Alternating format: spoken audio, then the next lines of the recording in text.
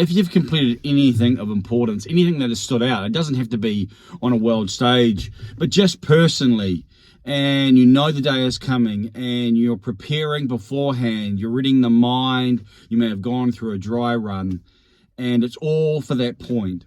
Well, in one sense, we're right on the doorstep now for Rugby World Cup 2023, as I believe all the warm-up matches are now complete. Teams have come together, nations have united behind, squads have mostly been picked, results have come in, predictions have proven true and surprised, and here we are, ready for it to get real very soon. In this video, I want to offer my own, maybe top 4, now as opposed to even what was previous in terms of where I've come from. I, of course, am a Kiwi. I reside in Middle New Zealand, and so that is part of my own mix, obviously. We cannot get rid of our roots. And why would we, of course, as we celebrate where we've come from and where we're placed in the rugby league, not the rugby league, in that sense, the rugby union of nations.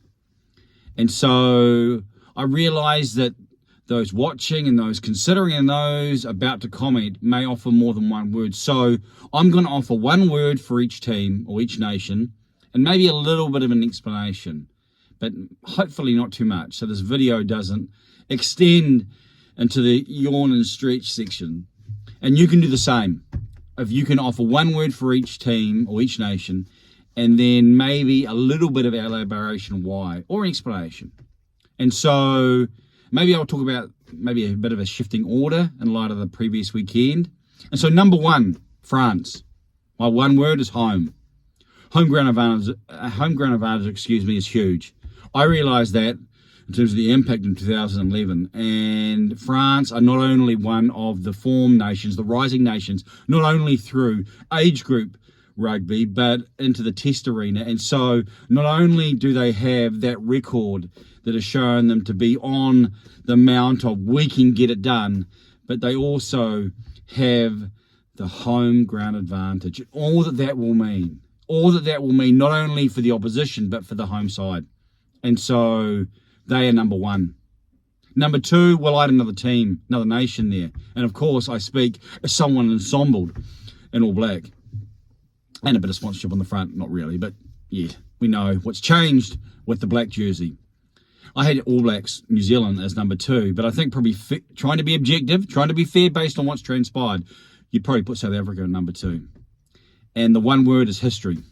South Africa are the defending champions. That means something. That means something when the side is also journeying through and is able to build on that experience. And so they're not starting with some like fresh palette or with some blank slate. They have the runs, to use a cricketing metaphor, on the board. And that is significant. And so South Africa have history on their side and know and understand what it means, not only in the round robin stages where they could potentially miss out, but as it leads into the knockouts. So South Africa, number 2, history. Number 3, my nation, New Zealand. The All Blacks. And the word I would use is potential. I don't think there's another nation, another team, another side that has the potential upside. Now that word can have negative connotations because potential is like, well, you really haven't been yet. However, this side has proven in 2023 they were on an upward rise. And even though this past weekend at Twickenham will have been a reality check, that may be what that potential or what the potential of this side needs to get to the next step. So the All Blacks for me are number 3 in potential. Number 4, Ireland, reality. If there's one side in the recent run of Test rugby that has shown a consistent ability to get the job done, to rise above and have the type of mentality and machine-like play, it's Ireland. There is a reason why they have been number 1 in the world until the All Blacks opened the door for South Africa to take that mantle into the Rugby World Cup. So Ireland are my number 4. Now, I've given 4 sides.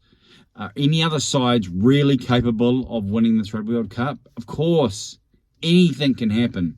And so if you want to offer another side, if I was to offer one, And it's not necessarily because I think they can win Rugby World Cup, but you look at Wales and go, okay, England, you go, what's going on there? And Australia, well, maybe the draw. But the other side that has shown an ability to be more than the sum of their parts is Scotland. And of course, Scotland have the pool of death, although I think 3 pools have that potential and realistic potential. And so you may want to offer another side, another nation. And probably, as I like speak and think, it's always handy, you could say Scotland and Australia, maybe the other 2. I know Stuart Hogg has offered England, and who knows, England's draw could be another benefit, and they may get a gift that keeps on giving, and it may be, the quirkiness of what happens across the channel, and they may be able to pull something together. I'm looking forward to obviously all that will unfold, and I'm sure you are as well. And we're seeing with even the so-called lesser nations bring it in these warm-ups, that the contests hopefully will have more than 1 or 2 surprises or contests, and that we're not just waiting for the so-called big nations. And so I welcome you. If this is your first video on this channel, if you haven't subscribed, then I would encourage you to subscribe, because we are going to be hitting Rugby World Cup 2023 with a pretty large media bat. And we want to have a nice follow through as we include the summer code again. And so, yes, please subscribe. Please share and like and comment. Of course, comment on this video, because that would be wonderful. I think one of the things about YouTube is how other people get involved. And so your comments aren't really just for my benefit or in response to the person on this side of the screen, but they're for everyone else. And so state your case. Remember, give your top 4. If you want to go beyond top 4, that's fine. So nation, and then 1 word, and maybe some elaboration, if that's what you would like. And if the moment moves you and you want to pound the rugby pulpit, then you can go forth and speak forth through your own collection of words. This is I'm Johnny King, and a Monday morning wake-up call in middle New Zealand.